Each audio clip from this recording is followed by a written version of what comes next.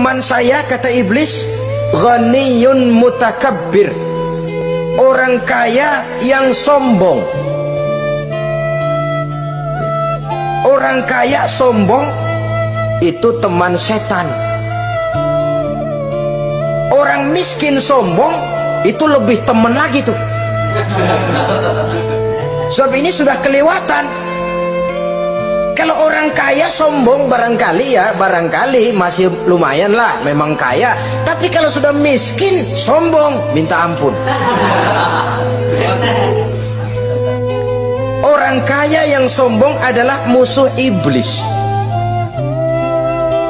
Sebab pada hakikatnya tidak ada yang kaya dalam kehidupan ini kalau sudah bercermin kepada apa sih yang kita punya. Nabi Sulaiman karena merasa menguasai antara masyrik dan maghrib, satu hari pernah mohon izin kepada Allah, ya Allah, saya mohon izin kepadamu untuk memberikan makan kepada seluruh makhluk-makhlukmu sekedar satu hari saja. Baik, satu hari Nabi Sulaiman mau menjamin menanggung makannya semua makhluk karena merasa kaya. Baik, kata Allah. Lalu sibuklah Nabi Sulaiman mengadakan persiapan. Seluruh bala tentaranya, jin, binatang dikumpulkan, mengumpulkan makanan yang sebanyak-banyaknya, diatur di satu lapangan yang sangat luas. Sebab ini yang mau makan tentu tidak sedikit. Sudah selesai persiapan, kata Allah, sudah selesai Sulaiman? Sudah, ya Allah. Nah, aku mulai dari makhlukku yang paling di bawah, ikan. Ikan Nun dipanggil oleh Allah. Rezekimu hari ini mau ditanggung Sulaiman. Naik, makan. Naik ikan ini. Sekali makan seluruh persiapan habis.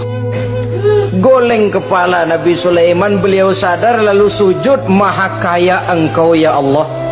Boro-boro nanggung makanan semua makhluk hidup sehari, ikan satu nggak keurusan. Ini baru sekali makan, bagaimana nambahnya? Jadi apa sih yang kita anggap kaya ini? Maka orang kaya yang sombong pada hakikatnya kacang yang lupa akan kulitnya. Tidak ada yang kita bawa pada saat kita terlahir ke alam ini, sebagaimana juga tidak ada yang kita bawa pada saat kita meninggalkan alam ini. Harta kita akan pindah nama. Sebab itu yang perlu kita jaga pada hakikatnya tidak lain nilai-nilai iman. Sebab ini yang akan kita bawa. Cuma ironinya, karena iman itu abstrak, bukan benda, orang yang kehilangan iman tidak pernah ribut. Sebaliknya karena harta itu materi, benda konkret, orang yang kehilangan harta cepat merasa, cepat ribut. Motor hilang, ribut. Kenapa? Motor itu benda, kelihatan. Duit hilang, ribut. Televisi hilang, ribut. Kenapa? Benda. Tapi kalau iman yang hilang, wah kelihatannya tenang-tenang saja, Pak.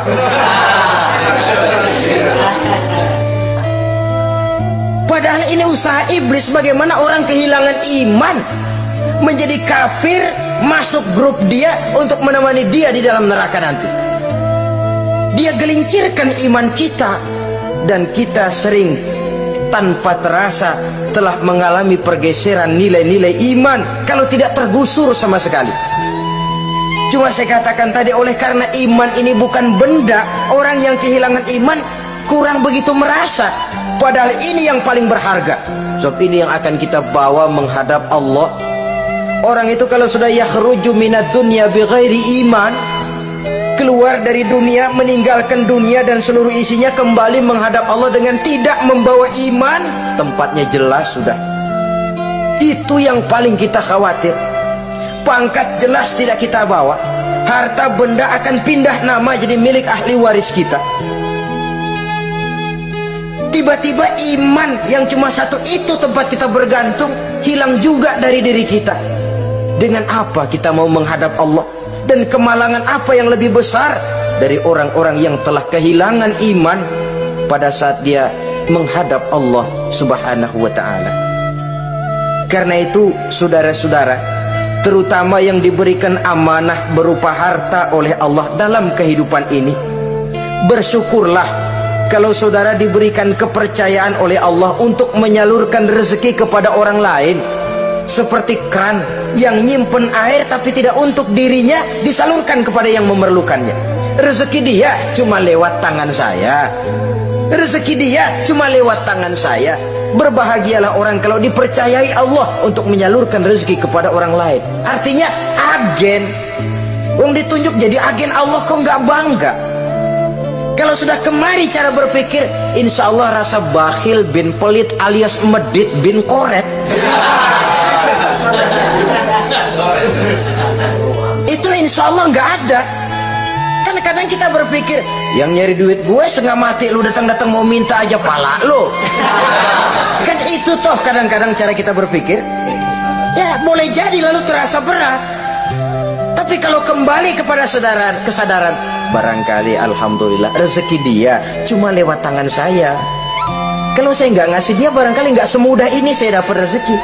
Allah mudahkan rezeki saya karena saya sering membantu orang-orang yang memang memerlukannya. Andai kata saya nggak membantu mereka, belum tentu rezeki selancar ini. Berbahagialah orang jikalau sekali lagi dia dijadikan agen oleh Allah untuk menyalurkan rezeki kepada mereka yang memang memerlukannya. Kalau tidak ke arah itu kita berpikir, yang timbul bakhil. Bakhil lalu bermegah-megah dengan hartanya, timbul kesombongan. Senang lihat orang susah, lalu dia sendiri dengan hartanya cuma to show only, pameran. Lewat di kampung senang kalau orang melotot lihat mobilnya yang serba mengkilap, sepatunya yang serba mahal. Senang betul kalau melihat orang sudah serba bengong lihat keadaan dia. Timbul takaburnya, sombongnya, ngenyek kepada yang lain. Maka orang kaya yang sombong teman iblis, teman setan. Setan senang betul. Sebaliknya secara praktis, orang kaya yang rendah hati adalah musuh iblis. Saudara-saudara kaum muslimin rahimakumullah, lain memang kalau kita diberikan ilmu di akhirat nanti, pertanyaan cuma satu, ilmumu kau amalkan untuk apa? Kalau kita diberikan umur panjang, pertanyaan akhirat satu saja, umurmu kau habiskan di mana? Tapi kalau sudah harta diberikan kepada kita, pertanyaan akhirat dua, min aina iktasabahu wa fima anfaqahu. Hartamu kau dapat dari mana, kau belanjakan kemana? Depan belakang ditanya.